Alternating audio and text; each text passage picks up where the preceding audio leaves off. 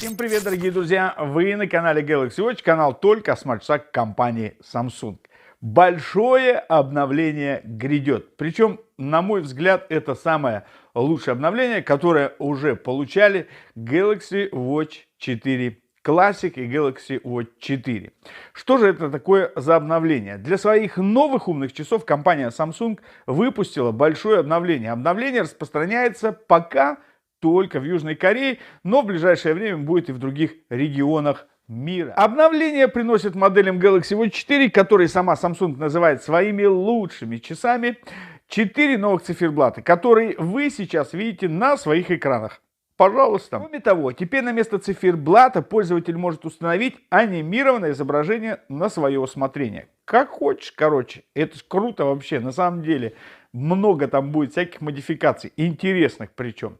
Обновление также добавляет более игривую, как сказано в пресс-релизе, анимацию к циферблату Steps Challenge, чтобы отслеживать, как пользователь справляется со своей нормой шагов. Анимированный медведь будет сопровождать вас на каждом этапе вашего соревнования. От растяжки перед тем, как вы начнете соревнования, до аплодисментов, когда вы выиграете. Вот такая вот интересная штучка.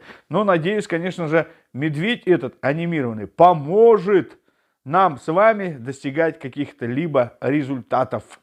А вдруг?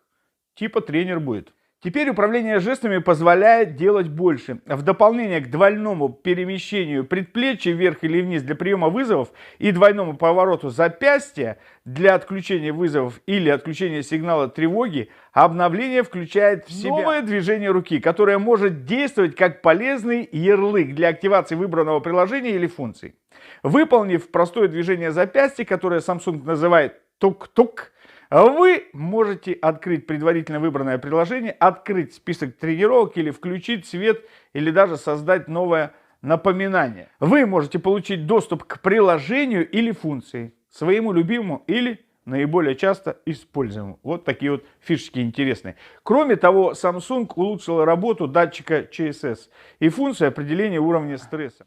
Во функцию обнаружения падения добавлена опция чувствительности. Теперь надо будет там ее настраивать. Или можно будет настраивать. Короче, падаем. Если чувствительность не определила, что мы падаем, значит прибавляем. Если определила, значит убавляем. Да? И пробуем, чтобы это было нормально. Чтобы на любой взмах руки, так скажем, наши часы не определяли падение и не вызывали нам скорую помощь. Или наших родственников.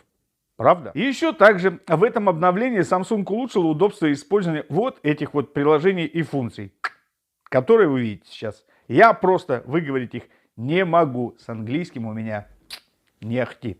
Короче, я думаю, что в ближайший месяц, максимум 2, это обновление уже выйдет и в других регионах, и мы с вами уже сможем наслаждаться ими на своих часах. Правда? Это действительно крутая такая новость, которую, или вернее, с которой я с вами решил поделиться, когда ее увидел сам. Поэтому, дорогие друзья, ждем, как только выйдет это обновление, я сразу же сообщу своим подписчикам. Ну, именно вам, дорогие друзья. Вам же, дорогие друзья, я напоминаю, что вы были на канале Galaxy Watch, канал только о смарт-часах компании Samsung.